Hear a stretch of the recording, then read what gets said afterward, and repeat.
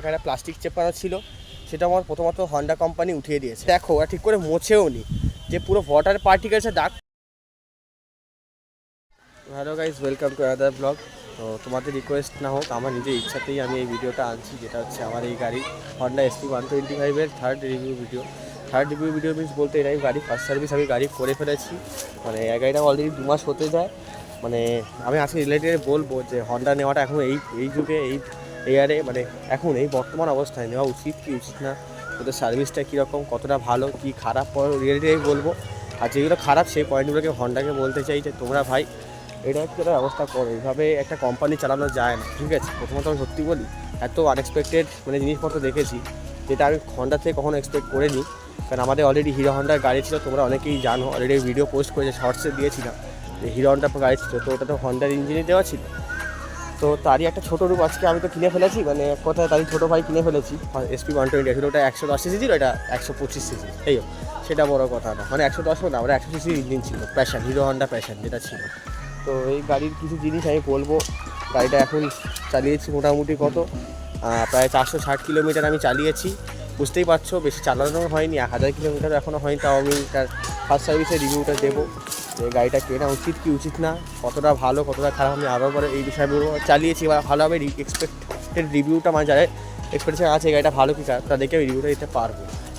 তো যাই হোক গাইস, তো এগিয়ে থাকো। তো এই গরমা গরম অবস্থায় গরমা গরম ভিডিও নিয়ে আসছি, কারণ এখন শর্টস দিচ্ছি না, তোমরা রেসপন্সও সেরকম দিচ্ছ না, কারণ কত এক জিনিস আর দেখবে ভাই। মোটো ব্লগ তো স্টার্ট করেছি, বাট বড় ব্লগ সেরকম দিচ্ছি না, আর কন্টেন্ট লাগবে না, কন্টেন্ট চাই, সবথেকে বড়ো কথা ওটাই।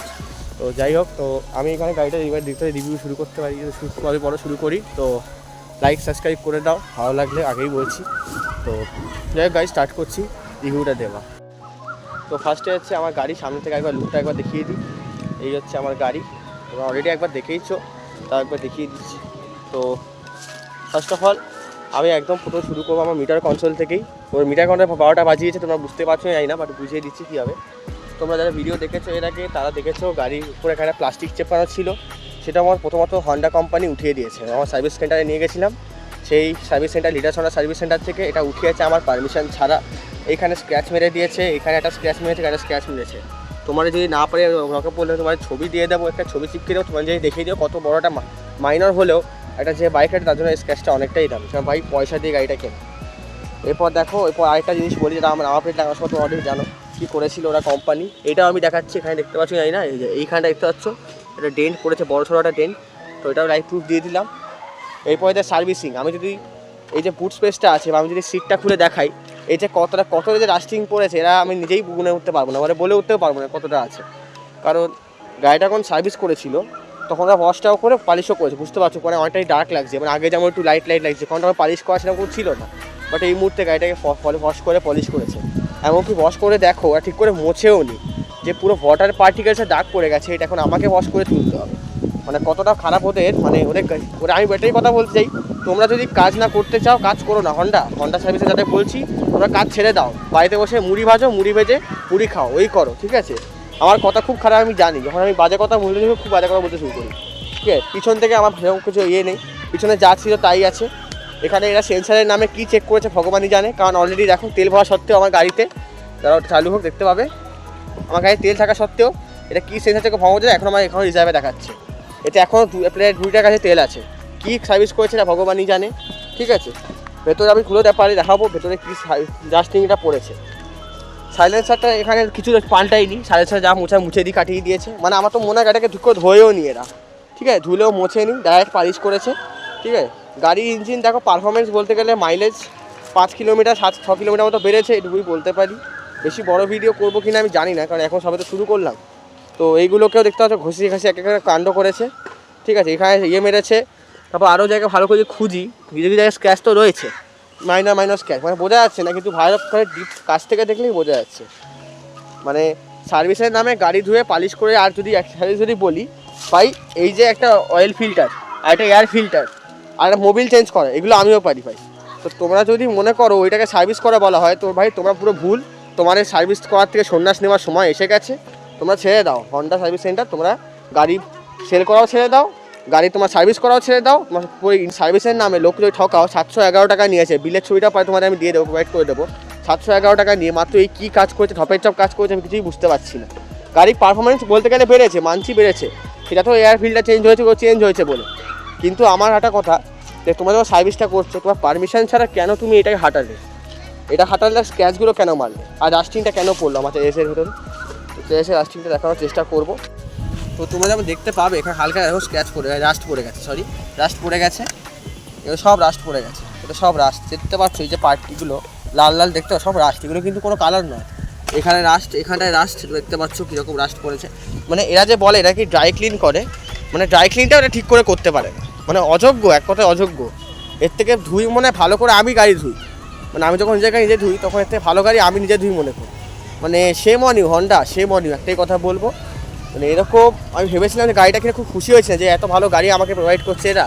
দামটাও ওখানে ধরা যায়নি, বাজেট অনুযায়ী দামটা অনেক কম, কিন্তু এই যা কাজ করেছে সার্ভিস সেন্টারে, যা কাজ করেছে থার্ড ক্লাসের থেকেও নিচে, যদি 4 ক্লাস 6 ক্লাস বলি তবে গিয়ে এটা মনে হয় পুরো ঠিক বলেছি একদম। তারপর ওটা বলেছিলাম ক্যাটালিটিক কনভার্টার নেই, ঠিক আছে, কিছু হলেই গরম হয়ে যায়, পায়ে এসে গরমটা লাগে, এটা খুব খারাপ দিক। অক্সিজেন সেন্সার দিচ্ছে বলে হয়তো মাইলেজটা বাড়ছে। এই কাট অফ এই যে সাইজটা, এই যে এইটা সাইজ স্ট্যান্ডও লাগিয়েছে, সাথে এই যে একটা সেন্সার এখানে দিয়েছে, মানে আইডাল স্টার্ট স্টপে যে সেন্সারটা আছে এটা কাজ করে, কিন্তু মাঝে মধ্যে এটা কাজ করা বন্ধ করে দিচ্ছে। তা তোমরা যে বললে যে তোমরা কি সেন্সার চেক করেছো, তো এই যে সাইজ যে আইডাল স্টার্ট আমাদের কাজ করছে না। তো ভিডিওটা আমি আর বেশি কিছু কন্টিনিউ করতে পারছি না, মানে ভালো লাগছে না এই মুহূর্তে, মানে মুডটা খারাপ হয়ে গেছে বলতে তোমরা বুঝতেই পারছো। তো আর এটা করার হিসাবে ব্যাপারে বলেই দিই, এখানে বসেই পড়েছি আমি গাড়িটার উপরেই রাখি, দেখে তোমাদের বলি সুবিধা হবে। হ্যাঁ, তো ব্যাপারটা হচ্ছে যেটা এই গাড়িটার মানে তোমরা জানো সিবিএস আছে, তো তোমরা বলতে পারো লক ব্রেকিংয়ের প্রবলেম আছে, অবশ্যই ভাই লক ব্রেকিংয়ের প্রবলেম আছে। মাঝে মধ্যে এমন লক ব্রেক হয়ে যায় যে গাড়ি স্লিপ করতে করতে বেঁচে গেছে, ঠিক আছে, মানে কন্ট্রোল যদি ভালো থাকে তাহলে হয়। তবে একটা ভালো দিক, যতই তুমি মানে ওভার ওয়েটের বা হাই মানে অনেক বেশি ওয়েটের লোককেই তুমি ক্যারি করো না কেন, এই গাড়ি কখনোই তোমাকে পারফরমেন্স থেকে কিছু ইস্যু দেবে না, মানে এইটা একটা ঠিক কথা, যা সত্যি সেটা আমি বলবো, পারফরমেন্সের ক্ষেত্রে কোনো ইস্যু দেবে না।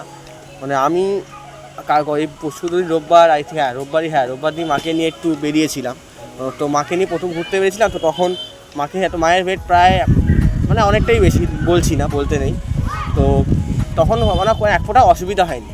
এবার যেহেতু তোমরা জানো যারা যারা মানে ফিমেল মানে লেডিদের নিয়ে বসলে কীরকম একটু মানে গাড়িটা তেড়ে বেঁকে যায়, মানে যারা একদিক করে বসে, তো তার জন্য এটা একটু, ওটা তো মেজর প্রবলেম, ওটা মাইনর প্রবলেম হয়, ওগুলো প্রত্যেক রাইডার্সই জানে। বাট এমনি করে পারফরমেন্সের জন্য ইস্যু, মানে কোনো ব্রিজে উঠতে গিয়ে যে গাড়ি মানে পাওয়ার লস হচ্ছে বা কোনো মানে কষ্ট হচ্ছে যে গাড়িটা আনতে, ওরকম কোনো আমার ফিল লাগেনি, কারণ 4 নম্বর গিয়ারেই ভাও টেনে দিয়েছে, 5 নম্বরটা আরও ভাও টেনে দিচ্ছে, তো ইজি ব্যাপারটা। গাইস বেশি বড় ভিডিওটা আমি করছি না, এটার পার্ট 2 তোমরা চাও যে আরও কিছু বলি এই বিষয়টায়, যেগুলো আজকে বললাম, তো আমি এটা বললাম, এরপর অন্য জিনিস আরও বলবো, হিস্ট্রিগুলো বলবো, ঠিক আছে, যে কী কী হয় না হয়, সব কিছু তো একটা ভিডিওতে বলা যায় না, চেষ্টা যতটা ছোটো সম্ভব করা যায়। তো ভালো লাগলে লাইক শেয়ার সাবস্ক্রাইব করে দিও, একবার বলছি। তো দেখা হবে অন্য কোনো ভিডিও নিয়ে, অন্য কোনো ব্লগে, অন্য টপিক নিয়ে। Bye bye guys, bye bye. দেখো আমি পলিশে মারলাম, এই যে পলিশ করেছিল সেটাকে আমি মারলাম, দেখো হাত দিচ্ছি, এটা কি পলিশ না গাড়ির পুরনো পচা মোবিল দিয়ে এরা ধুয়ে দিয়েছে, এটাই বুঝতে পারছি না এখন আমি, মানে আমি কী বলবো। এটা তোমরা বলতে পারো রাস্তায় কাদা, রাস্তায় এখন যদি কাদার মধ্যে আমি গাড়ি চালাই, কাদা তো তোমরা বুঝতেই পারছো কন্ডিশনটা পুরো কালো, কি পচা মোবিল দিয়ে পলিশ করে না কি কী করে এই ভগবান জানে। কি বলি